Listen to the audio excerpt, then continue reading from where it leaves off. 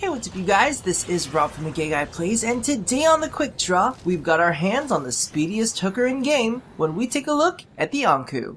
Now, I know that this isn't true, but the fact is, sometimes I think DE has my apartment bugged. It wasn't even a week ago when me and a friend were talking about how much we wish they would fill out certain melee weapon categories, specifically the often ignored Scythes. Then boom, in comes the Anku toting some of the best stats in its category. So the question here is, how exactly does our newest hooker measure up?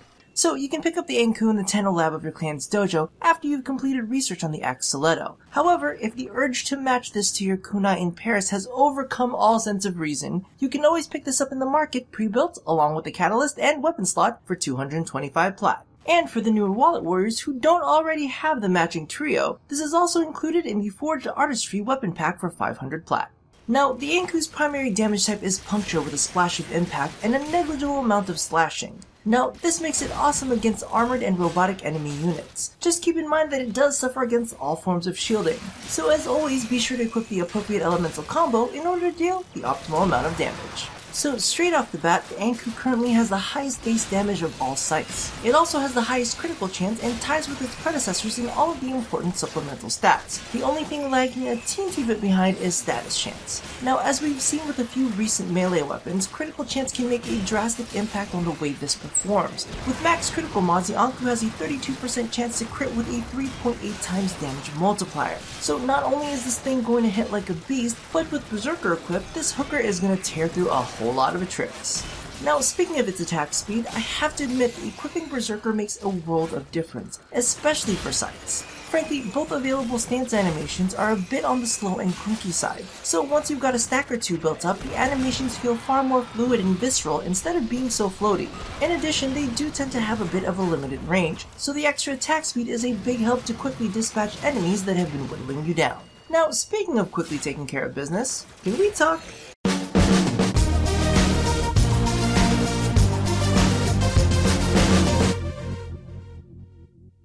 Okay, so it's about time for yet another one of Rob's life lessons. As I said, sometimes speed makes a world of difference, and we're not just talking about fire rate and attack speed. I mean, we've got fast food, videos on demand, and lunch hour blowjobs. It's all about getting things done and getting them done fast. That's why I love being able to slot in Berserker on my Scythes for a change. Frankly, the whole thing reminds me of my first time, being told to relax and they'd ease it in nice and slow. While the stances are kind of fun and pretty to look at, the animation speeds are like slow, searing, butt-ripping pain. However, once he picked up the pace and threw a little fury and berserker action down on that ass, let me tell you, a whole fucking world of difference. So while slow and steady may win the race, it definitely isn't as fun as getting drilled into submission.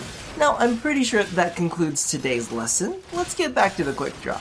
So all in all, the Anku is an awesome addition to the Scythe category, finally giving us something usable in mid to late game, and fleshing out one of the more ignored weapon types. Now clearly, while this tops the charts for the Scythe category, it isn't going to match the power of weapons like the Sindel Prime, but at the very least it does give us a little variation when it comes to effective melee weapons. Aside from that, the only issue that I really have with it is the fact that it comes with no innate polarities, and even when equipped with a matching stance card, for a proper critical build you need to toss in a couple forma in order to eke out as much damage as possible. However, that is a small price to pay when you're dealing with the best hooker in game.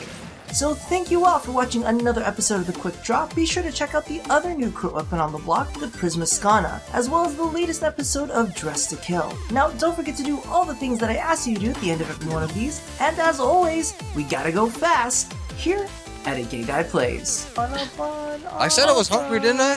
Here's what I heard. I heard Rob chanting about eating a 50-foot dick. And then I heard Chardin saying, wow, I'm so hungry I could totally gobble that up. Exactly.